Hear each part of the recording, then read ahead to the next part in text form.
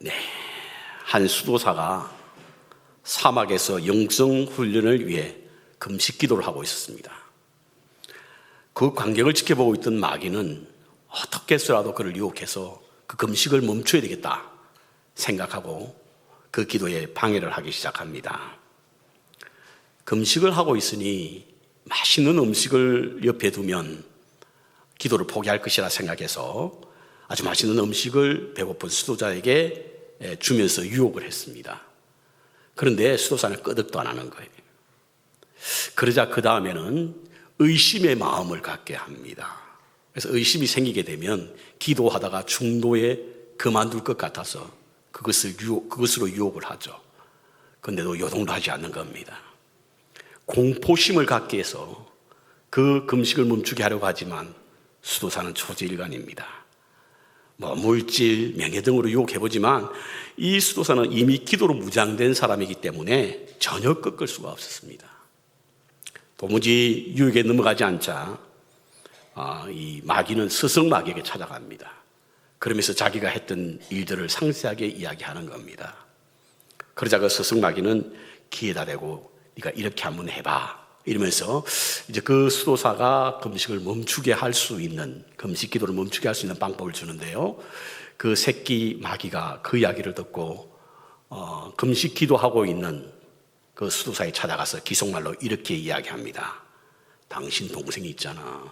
당신 동생. 그 동생이 당신네 교구의 주교가 되었어. 그를 기속말로 합니다. 그 말을 듣는 이 수도사가 얼굴의 표정이 굳어지더니 흔들리기 시작합니다. 그리고는 보따리를 싸들고 기도를 마치고 당장 동생이 있는 곳으로 달려갔다고 합니다. 우리 인간에게 모두 있는 그 질투심을 유발해서 영성훈련을 하고 있는 것에 방해를 함으로 마귀는 결국 성공했습니다. 여러분, 낚시를 하는 사람이 제일 좋아할 때가 언제인 줄 아십니까? 제일 좋을 때가 큰 물고기를 잡았을 때보다는 옆에 있는 사람이 큰 물고기를 거의 잡았다가 놓칠 때 가장 좋다고 합니다. 뭐 때문이죠? 질투심 때문에 그렇습니다. 질투심은 누구에게나 있는 감정입니다. 여러분도 있고 저도 있고 누구에게나 있는 감정이죠. 질투는 화신이라고 말하기도 하고요. 셰익스피어의 4대 비극 중에 하나인 오슬로에는 질투는 사람의 마음을 농락하며 먹이로 삼는 녹색 눈을 가진 그런 괴물이다. 이렇게 말을 했습니다. 녹색 눈을 가진 괴물. 이것이 바로 질투라고 하는 겁니다. 고대 그리스인들은요, 질투에 눈이 멀면 담즙이 과도하게 나와서 눈이 녹색으로 변한다고 해서 질투심을 그렇게 말을 했던 것으로 보입니다. 그런데 하나님도 질투하신대요. 하나님도 질투하신대요. 성경에는 그렇게 기록되어 있습니다. 한두 군데가 아닙니다, 여러분. 일반적으로 질투란 게 뭡니까? 속 좁은 사람이 가진 그런 어떤 성품으로 아주 유치해 보이기까지 하는 것이 바로 질투 아닙니까? 근데 하나님도 가지고 계신대요.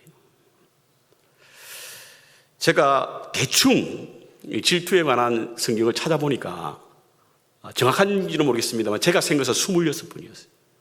그런데 26분 가운데서도 구약 성경은 모세오경, 역사서, 시가서, 예언서로 나누어져 있지 않습니까?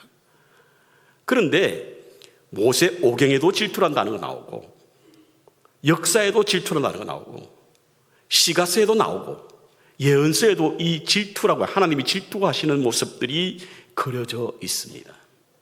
그래서 구약만 있는 게 아니에요. 신약에 가보아도 바울에서 쓰인 고린도전서와 야고보서 쓰인 야고보서에도 하나님의 질투하시는 모습을 설명하고 있습니다. 이만하면 하나님이 질투하시는 성품을 가진 분이라고 하는 사실을 알겠죠. 그런데 말이죠, 이와 같은 단어들이 하나님이 어떤 행동을 하실 때 그 근거가 되는 것이 바로 질투입니다. 심판을 하시든 자비를 베푸시든 하나님이 하시는 일의 근거가 바로 하나님의 질투의 감정이 있다는 거예요. 이제 출애굽기는요, 출애굽기서는 다른 이제 그 성경의 책과 다르게 하나님의 본질과 성품을 알리려고 쓴 것이 이 출애굽기 본질이거든요. 그러니까 출애굽기에는 하나님의 성품과 본질을 너무나 잘 보여주고 있습니다. 곳곳에 그것이 나타나고 있습니다. 그런데 오늘 본문에도 말이죠. 본문에도 우리가 복을 누리든지 화를 받든지 그 둘 중에 하나 어떤 것이든지 간에 그 근거가 바로 질투심에 있다는 거예요. 하나님이 질투심 때문에 우리에게 복을 주시고 하나님 질투심 때문에 우리에게 화를 내신다라고 하는 사실인 겁니다. 질투 때문에 벌을 내리시고 질투 때문에 복을 내리신다는 것이죠. 그래서 오늘 본문에도 하나님께서 우리에게 질투하시는 하나님이심을 보여주고 있는데요. 특별히 하나님의 질투는 모세에게 귀에 들리게 했고 그리고 하나님 직접 십계명에다 그걸 썼습니다. 우리는 질투심이 있어서 잘 감추죠. 없는 것처럼 좀 멋있게 보이려고 하는 것처럼 비록 질투심이 생겨도 전혀 그렇지 않은 것처럼 숨기는데 하나님은 그렇지 않은 거예요. 모세가 들렸다고 하니까 그리고 십계명 직접 썼다고 하니까 하나님은 질투하시는 분인 것만큼 틀림없는 것 같습니다. 특별히 출애굽기 34장 14절에 보면 여호와는 질투라 이름하는 질투의 하나님이시다 이렇게 말하고 있습니다. 이름 자체가 질투라는 거예요. 이름은 뭡니까? 그 사람의 존재를 말하지 않습니까? 하나님이 이렇게 질투를 하신다라고 하는 말씀을 나타내 보이고 있습니다. 그렇다면 왜 질투하실까? 왜 질투하죠? 저는 이 하나님의 질투의 성품과 속성을 통해서 하나님이 정말 우리와 공유하는 어떤 속성 중에 하나가 질투이구나. 우리가 정말 하나님의 형상대로 만들어지긴 했구나. 하나님의 형상대로 만들어졌다는 뜻은 모양이 하나님과 같다는 뜻이 아닙니다, 여러분. 우리 안에 하나님의 성품이 있다는 거예요. 하나님도 있고 우리에게 있는 성품 중에 하나가 뭐냐면 바로 질투라고 하는 겁니다. 그래서 우리는 우리의 질투를 통해서 하나님이 질투를 하시는 이유와 동기를 알 수 있는데 첫 번째로 하나님이 질투하시는 이유는 바로 우리가 하나님의 소유이기 때문에 그렇습니다. 우리가 하나님의 소유. 여러분과 제가 하나님의 것이기 때문에 하나님이 질투하시는 거예요. 그러니까 하나님이 질투하신다는 것은 바로 우리가 하나님의 자녀임에 대한 증거입니다. 증거. 오늘 본문에 나오는 하나님의 질투는 바로 하나님과 이스라엘에게 세운 약속에서 비롯되었는데요. 우리는 그걸 언약이라고 부르지 않습니까? 계약과 언약은 다릅니다. 계약과 언약이 무엇이 다르냐면 계약은 상호간에 자기의 이익을 위해서 맺는 것이 바로 계약입니다. 그래서 계약 잘 맞았다, 잘했다라고 하는 것이 바로 내가 많은 이익을 얻었다는 뜻으로 이해하죠. 근데 언약은 다릅니다, 여러분. 언약은 일방적이긴 하지만 하나님을 위한 것이 아니라 우리를 위한 것이 언약입니다. 그래서 언약이라고 하는 말의 의미는 바로 사랑의 언약이라고 하는 의미를 담고 있습니다. 여러분, 신과 인간은요, 절대로 관계가 성립되지 않습니다. 관계는 절대로 약속이 성립되지 않습니다. 약속의 관계가 성립되지 않는 거예요. 여러분, 어떤 신이 인간과 약속을 맺은 신이 어디 있습니까? 제가 아는 바 전혀 없습니다. 왜냐하면 신과 인간과의 관계는 명령의 관계이지 약속의 관계가 아니거든요. 그런데 하나님께서 약속을 하신 겁니다. 이 약속이 신 쪽, 하나님 쪽에 보면 무조건 손해예요. 왜냐하면 그 약속을 지켜야 하기 때문에 그렇습니다. 그 약속의 핵심이 바로 십계명인데요. 이는 하나님이 친히 쓰셨고 그리고 친히 말씀하신 것인데 그 첫 번째와 두 번째가 뭐냐면 다른 신을 두지 말라는 것과 나 외에 다른 신을 두지 말라는 것과 그것에게 절하지 말라는 거예요. 그리고는 그 말씀 이후에 덧붙여 하나님은 질투하시는 하나님이시다. 질투하시기에 나 외에 다른 신을 섬기지 말고 다른 신을 만들거나 절하지 말라라고 말씀하시는 겁니다. 하나님과 우리와의 관계는 뭡니까, 여러분? 어떤 관계입니까? 여러분들이 생각하시는 하나님과 여러분의 관계는 어떻습니까? 여러분 스스로 하나님의 자녀임을 믿습니까? 하나님의 소유이심을 믿습니까? 여러분은 여러분과 저는 하나님에 대해서 어떻게 생각할지 모르지만 하나님은 적어도 우리를 당신의 소유로 여기는 겁니다. 여러분 출애굽기 19장 5절과 6절을 보십시오. 세계가 다 내게 속하였나니 너희가 내 말을 잘 듣고 내 언약을 지키면 너희는 모든 민족 중에 내 소유가 되겠고 너희가 내게 대하여 제사장 나라가 되겠으며 거룩한 백성이 되리라. 너는 이 말을 이스라엘 자손에게 전할지니라. 이 말씀을 하시고 난 이후에 십계명을 주신 거예요. 모세는 시내산에 하나님을 만나러 갔죠. 하나님을 만났더니 이 말씀 하시는 거예요. 온 세계가 내게 속해 있다. 그래서 내 말을 잘 듣고 내 언약을 지키면 너희는 모든 민족 중에 내 소유가 되겠고 내게 대하여 제사장 나라가 되면 거룩한 백성이 되리라. 이 말을 너희 자손들에게 전해라. 이렇게 이야기한 거거든요. 그러니까 모세가 내려갔습니다. 시내산에서 하나님께 들은 바 그대로 전했어요. 백성들이 아멘 할렐루야 한 겁니다. 그래서 체결된 게 바로 십계명이에요. 그 이후에 하나님과 약속이 맺어지고 그리고 성문화된 문서화된 그런 것이 바로 십계명인 것입니다. 그 십계명에 하나님을 질투하시는 하나님이에요. 만일 이스라엘 백성들이 하나님의 소유가 아니라고 한다면 질투하실 이유가 없죠. 아무런 상관이 없는 사람이 그 사람이 누구를 만나든 누구를 섬기든 우리가 질투할 수 없지 않습니까, 여러분? 그런데 하나님이 질투하신다고 하는 것은 바로 우리가 하나님의 소유가 된 증거라고 하는 거예요. 하나님의 자녀가 됐다라고 하는 증거가 되는 것입니다.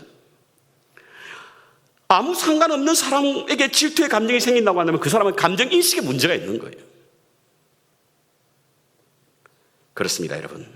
만일 하나님과 우리가 무관하다고 생각하면 아무리 상관이 없다고 한다면 하나님은 결코 우리에게 대한 질투심을 갖지 않을 겁니다. 우리는 하나님의 소유이기 때문에 하나님의 것이기 때문에 하나님이 질투하시는 거예요. 제가 강아지 한 마리를 기르지 않습니까? 그 이름은 코리입니다. 코리. 근데 이 코리를 이제 아침 저녁으로 제가 나가서 운동도 시켜주고 때를 맞춰 밥도 먹여주고 그 보호하는데 시간이 많이 쓰입니다. 비용도 이래가 들고요. 장성껏 그렇게 기르고 있는데 그 강아지가 우리 강아지가 바깥에 나갔는데 다른 집 아저씨를 쫓아간다고 한다면 제가 질투심이 생기겠습니까? 안 생기겠습니까? 왜 생기죠? 그냥 따라가도 내버려두지. 왜죠? 내 것이기 때문에 그런 거예요. 여러분이 하나님 외에 다른 신을 섬긴다든지 그것에게 절한다고 한다면 하나님이 질투하시는 이유가 바로 우리가 하나님의 소유이기 때문인 줄 믿으시길 바랍니다. 두 번째, 우리를 사랑하시는 증거가 되는 것이 하나님의 질투입니다. 일반적으로 질투라는 감정은 그 대상을 사랑하기 때문에 생기는 거 아니에요?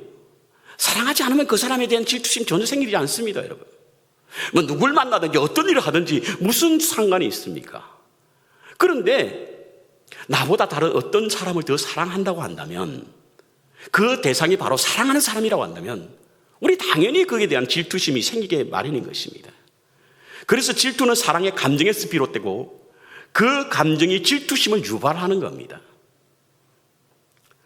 흔히 하나님이 가지는 우리를 향한 계획의 핵심은 언약적 사랑이거든요.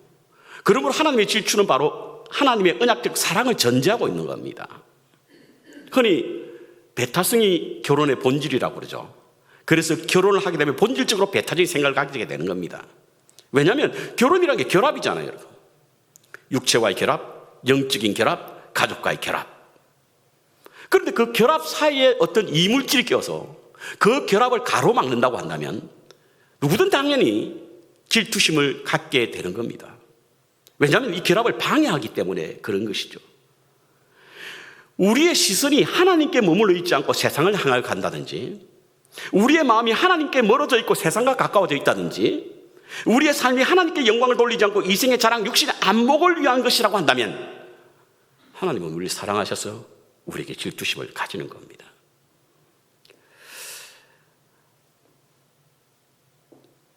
세 번째로 질투심은 우리를 지키시려는 증거입니다. 지키시는 증거입니다. 질투와 시기는 비슷합니다. 그래서 함께 사용하기도 하고 붙어서 다니기도 합니다. 그런데 질투와 시기는 분명히 다릅니다, 여러분.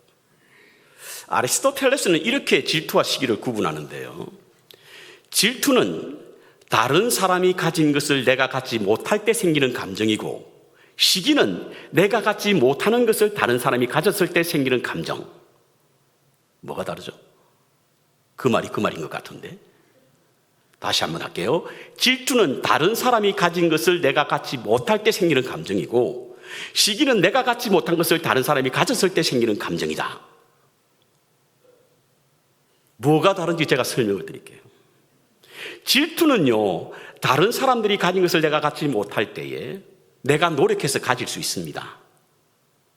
하지만 시기는 내가 갖지 못한 것을 다른 사람이 가졌을 때 내가 갖지 못한 것이 있기 때문에 노력보다는 남을 헐뜯거나 비난합니다. 이게 시기와 질투의 다른 겁니다. 그러니까 질투는 내가 노력해서 얻을 수 있는 것, 이것이 바로 질투고요. 시기는 아무리 노력해도 가질 수 없으니 비난하고 시기하고 헐뜯고, 이게 바로 시기라는 겁니다. 하나님은 시기하시는 분이 아니십니다. 왜죠? 하나님이 가지지 못한 것이 뭐가 있겠습니까? 우리가 아무리 호화저택을 해도 하나님 못 가지실 것 같습니까? 그게 시기하지 않는 거예요. 하지만 우리의 마음이 하나님을 떠나 세상을 향할 때, 그때 하나님은 질투하시는 것입니다. 그런데 저는 이 시기와 질투를 어떻게 해석하고 있냐면요, 내가 소유하고 있는 대상이 다른 것에 관심이 있을 때, 예를 들어서 내가 사랑하는 사람이라든지 나의 소유로 생각하는 어떤 대상이 다른 사람이 관심을 가질 때 우리 가진 게 질투죠. 그런데 시기는 내가 없는 것이 다른 사람을 가졌을 때 생기는 감정이라고 한다면, 이 두 가지의 결과가 어떻게 나오느냐? 질투를 하는 사람은 내가 갖기 위해서 노력함으로 말미암아 그것을 지키려고 하는 것이 있다고 한다면, 시기는 빼앗으려고 하는 거예요. 빼앗으려고. 내가 없는 것을 저 사람이 가졌으니까 빼앗으려고 하는 거죠. 하나님이 질투를 가지셨다라고 하는 것은 바로 우리를 빼앗기지 않으려고, 우리를 보호하시려고 하나님이 우리에게 질투하시는 거예요. 우리를 지키시려고. 그래서 질투라는 이 히브리 원어에는요, 보호라고 하는 뜻을 가지고 있습니다. 그러니까 하나님이 질투하시기 위해서 우리를 보호하시기 위한 거예요. 세상에 우리가 빼앗기지 않기 위해서. 사단이 우리를 침노하지 못하게 하기 위해서. 우리가 사단이 입을 벌리고 있는 데서 그것도 모르고 들어가고 있는 우리를 보호하기 위해서 하나님이 질투하신다는 거예요. 오래전에 본 드라마 한 장면이 이 질투 설교를 하면서 제가 생각이 났습니다. 그 드라마 뭐였는지도 전 모르겠고 또 한 컷만 보았는데 이런 장면이었어요. 어떤 한 남자가 사고로 코마 상태에 빠졌습니다. 무의식 상태에 빠진 겁니다. 의사가 최선을 다해서 고쳐보려고 노력했지만 좀처럼 나아지지 않는 거예요. 그래서 오랫동안 무의식 상태에서 그냥 빠져 있습니다. 부인과 자녀들이 와서 정성껏 그 남편을 보호하려고 하지만 좀처럼 나아질 기미가 보이지 않는 거예요. 그런데 어느 날 그 병원에 자기 아내의 결혼 전 옛날 남자친구가 찾아온 겁니다. 아마 소식을 듣고 찾아왔나 보죠. 그리고는 코마 상태에 빠져있는 남편을 한참이나 쳐다보고 갑니다. 그런데 계속해서 병원을 방문하는 거예요. 그 다음 날도 오고 그 다음 날도 오고. 와서 하는 이야기가 자기가 옛날에 사귀었을 때 이야기를 소곤소곤하면서 얼마나 재밌게 이야기를 하는지, 한참 동안이나 무의식 상태에 있었던 그분이 손가락이 움직이기 시작하는 거예요. 그러더니 의사를 찾게 되고 간호사를 찾게 되자 효과가 검사에 나타나서 이제 눈도 뜨게 되고 온몸이 움직이기 시작하는 거예요. 그러니까 그 가족이 감사하잖아요. 어쨌든 의사가 고쳐줬다고 생각하니까. 그래서 의사와 간호사에게 그 가족들이 인사를 하면서 우리 죽어가는 남편을 살려주셔서 감사합니다. 고맙습니다. 이렇게 이야기했더니 그 의사가 하는 말이 뭐라고요? 당신 남편의 질투심이 당신 남편을 살렸습니다. 질투심은 바로 자기 아내를 보호하기 위하여 생기는 감정이라는 거예요. 우리는 하나님의 소유요, 하나님의 사랑이심의 보호자이기 때문에 하나님은 우리를 질투하십니다. 그렇다면 하나님의 질투심은 어쩌면 우리에게 복이 되는 거예요. 이와 같은 하나님의 질투심에 대한 우리의 반응은 어떠해야 될 것인가 그럼? 하나님이 질투심을 가지는데 그 질투심에 대한 우리의 반응은 어떠해야 할 것인가? 저는 오늘 이 말씀을 읽으면서 이 말씀 묵상하면서 요한복음 21장에 나오는 디베라 바닷가에서 예수님과 베드로의 대화가 문득 생각이 났습니다. 십자가 달리시고 부활하신 예수님께서 갈릴리 바닷가에서 베드로와 대면하게 됩니다. 한참 동안 예수님은 당신의 모습을 드러내시고 난 후에 베드로에게 이렇게 묻습니다. 내가 이 사람들보다 나를 더 사랑하느냐? 이 사람들보다 더 사랑하느냐? 더 사랑하느냐? 여기 이 사람들보다라고 하는 이 단어는 해석은요 좀 잘못됐다고 저는 생각합니다. 왜냐하면 그 중에 사람이 없잖아요. 그래서 영어역을 찾아보니까 이 사람들이란 뜻의 의미는 바로 다른 것들보다 나를 더 사랑하느냐 이렇게 번역이 되어 있더라고요. 저는 그게 맞다고 봅니다. 다른 것이 뭐죠? 베드로가 가진 다른 것이 무엇입니까? 그가 가진 배, 그가 가진 거물, 그가 가진 물고기, 그가 소유하고 있는 어떤 것보다 나를 더 사랑하느냐는 거예요. 이것은 주님께서 내가 너를 사랑하니까, 온전히 사랑하니까 내가 다른 어떤 것들보다 더 사랑할 수 있느냐 이거예요. 그 베드로가 대답한 게 무엇입니까 여러분? 내가 주님을 사랑하는지 당신이 아십니다. 그때 주님께서 베드로를 향하여 던진 말이 뭐죠? 내 양을 먹이라, 내 양을 치라 이렇게 말씀하고 있습니다. 주님은 다른 신들로 여기는 어떤 것보다 네가 나를 더 사랑하느냐? 너가 신처럼 여기는 어떤 것보다 나를 더 사랑하느냐라고 물었던 것은 바로 주님에 대한 사랑이 단순하게 마음만 있어서는 안 된다는 겁니다. 마음 너머에 있는 한 걸음 더 나아가라는 거예요. 그것이 뭐냐면 바로 주님에 대한 열심이고 그 열심이 바로 내 양을 먹이고 내 양을 치라는 겁니다. 여러분. 일반적으로 열심을 내는 것은 어떤 결과물을 내기 위하여 열심을 냅니다. 열심히 공부하는 학생은 좋은 직장을 가기 위해서 열심히 내죠. 사업하시는 분은 열심히 하는 이유가 성공을 하기 위한 겁니다. 연애를 열심히 하는 사람은 결혼을 위한 것이죠. 그런데 하나님의 열심은 그렇지 않다는 거예요. 우리를 향한 사랑이었다는 거죠. 이사야서 9장 6절부터 7절을 보십시오. 그때는 여호와 열심이라고 하는 단어가 나오는데요. 여호와께서 열심히 하신다? 왜 열심히 하죠? 이사야서 9장 6절과 7절에 보니까요, 그 열심이라고 하는 것은 다윗의 왕권이 점점 더 커지고 평화가 그의 나라에 영원히 임하고 공의와 정의가 이제부터 영원토록 그 나라를 경고케 세우는 것을 위해 주님이 열심히 하신다는 거예요. 왜 그렇게 하시냐는 거예요. 우리를 사랑하기 때문인 거예요. 다윗을 사랑하셨던 하나님께서는 당신의 열심으로 그 나라의 왕권이 굳게 세워지고 정의와 공의가 강물같이 흐르고 그 제국이 영원히 이어지는 것을 위하여 주님은 열심히 하신다는 겁니다. 하나님은 우리를 사랑하시고 지키시기가 열심을 보이신다고 한다면 우리도 그에 반응해서 열심히 해야 되지 않겠습니까? 열심은 열망을 만들어냅니다. 그리고 열망이란 한 가지만 생각하고 한 가지만 위하여 자기를 드리는 것이 바로 열망입니다. 저는 지난주 금요일 날 철야 기도하면서 우리 양 목사님이 인도하는 대로 제목을 놓고 함께 기도하면서 우리 차세대를 위한 기도의 시간이 가졌습니다. 차세대를 위하여 기도하면서 제 마음속에 저는 대체적으로 기도할 때 구체적으로 제 언어로, 제 입술로, 그리고 제 혀로 기도합니다. 왜냐하면 기도 속에 하나님의 음성이 제 혀를 통해서 나올 때가 있거든요. 그래서 기도하는 거예요, 그렇게. 근데 제 입의 혀를 통해서 어떤 기도가 나오냐면, 하나님, 차세대가 열심히 식어지고 있습니다.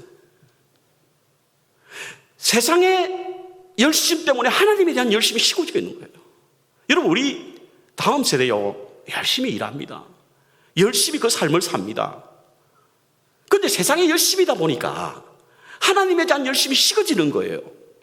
그러니까 하나님에서 떠나는 겁니다. 마음에도 떠나고 생각에도 떠나고 예배도 떠나고.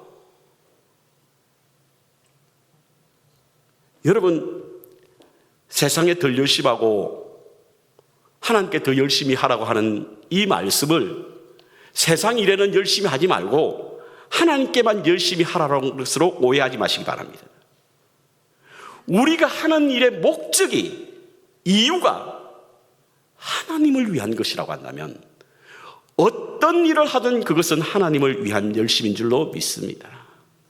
여러분들이 어떤 일을 하더라도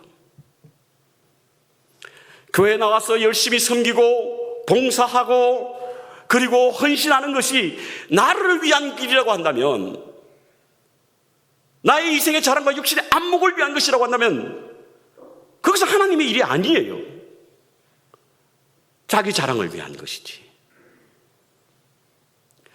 아무리 천한 직업을 가졌다 하더라도, 아무리 다른 사람이 생각할 때 참으로 인정받지 못한 일을 한다 할지라도 그것이 과연 하나님을 기쁘시게 하는 일이라고 한다면 그것은 하나님에 대한 열심입니다. 그래서 우리의 모든 직업을 소명이라고 부르는 거예요. 목사만 소명이 아닙니다. 사명이 아닙니다. 여러분 모두에게도 소명이 있어요. 왜냐하면 우리의 삶의 목적과 그 이유가 하나님을 기쁘시게 하는 일이기 때문에 하나님에 대한 열심을 가지고 있는 거죠. 하나님이 질투하시는 그것을 원하는 겁니다. 여러분, 헌신이 무엇입니까? 여러분, 헌신의 성경적 용어는요, 열심을 말하는 거거든요. 그러니까 열심이 없는 사람을 헌신하는 사람이라고 할 수 없는 겁니다.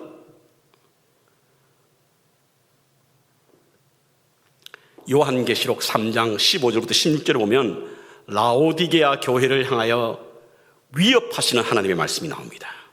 위협하시는 하나님의 말씀. 그것은 바로 자기 만족에 빠져서 뜨뜻미지근한 믿음 생활을 하고 있는 이들을 향하여 하신 위협인데요. 내가 내 행위를 아노니 내가 차지도 아니하고 뜨겁지도 아니하도다. 내가 차든지 뜨겁든지 하기를 원하노라. 내가 이같이 미지근하게 하여 뜨겁지도 아니하고 차지도 아니하니 내 입에서 너를 토하여 내어버리리. 하나님 우리 행위를 아신대요. 여러분과 저의 행위를 아신답니다. 스스로 자신이 부유하다고 생각해서 아무 문제 없기에 대충 신앙생활하는 열심이 없는 교회를 향하여 하나님은 이렇게 말씀하고 있는 것입니다. 저는 우리 교회가 열심히 회복되기를 원합니다. 여러분, 팬데믹 이후에 식어졌던 하나님에 대한 열심이 다시금 회복되고 살아나야 합니다. 그것이 질투하시는 하나님에 대한 우리의 반응입니다. 여러분, 고린도후서 7장 11절에 보십시오. 고린도 교회 열심을 사도 바울 선생님이 칭찬하고 있지 않습니까? 우리의 열심에 분명한 상급이 있음을 잊지 마시기 바랍니다.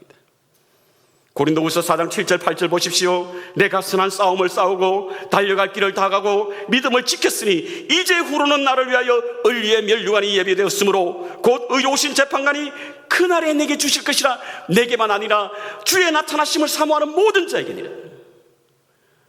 우리의 열심에는 하나님의 분명한 상급이 있는 줄로 믿습니다.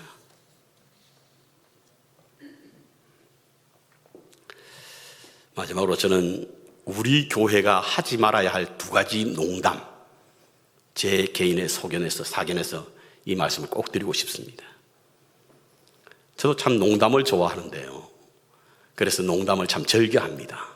근데 이것을 꼭 하지 않았으면 좋겠다는 생각을 가진 두 가지가 있는데, 첫 번째로는 열심히 기도하고 나온 사람에게 회개할 것이 많은가 보지, 이런 농담하지 마시기 바랍니다. 열심히 교회 봉사하는 사람에게 장로가 되려고 하는가 보지, 이런 농담하지 마시고, 좋지 않은 농담이라고 저는 생각합니다. 왜? 열심히 기도함으로 하나님의 질투하심에 반응하는 사람들에게 그와 같은 말은 별로 유익이 되지 않을 뿐만 아니라 그 열심을 방해합니다. 하나님과의 관계에서 열심을 통해서 우리에게 질투하신 하나님에 대한 반응을 보이고 있는데, 그것을 방해하기 위해서 이와 같은 농담을 하는 것은 그 사람에게도 유익되지 아니하고 하나님도 별로 기뻐하지 않을 것 같아요. 우리의 말과 행동을 들여다보고 계시는 하나님이지 않습니까? 열심으로 몸부림치면서 하나님의 일을 하기 위해서, 내게 질투하고 계시는 하나님에 대한 반응으로 하나님을 기쁘시게 하기 위해서 행한 기도 생활과 헌신의 생활을 그런 식으로 비하함으로 그 사람의 열심에 방해된다고 한다면 이것은 결국 하나님이 기뻐하지 않을 것으로 여겨지기 때문에 그 농담은 하지 말았으면 좋겠다는 마음을 가집니다. 우리도 질투를 합니다. 그래서 하나님의 질투가 무엇보다도 잘 이해가 됩니다. 하지만 하나님의 질투와 우리의 질투는 좀 다릅니다. 우리의 질투는요, 좌절, 시기, 그리고 원한을 담고 있습니다.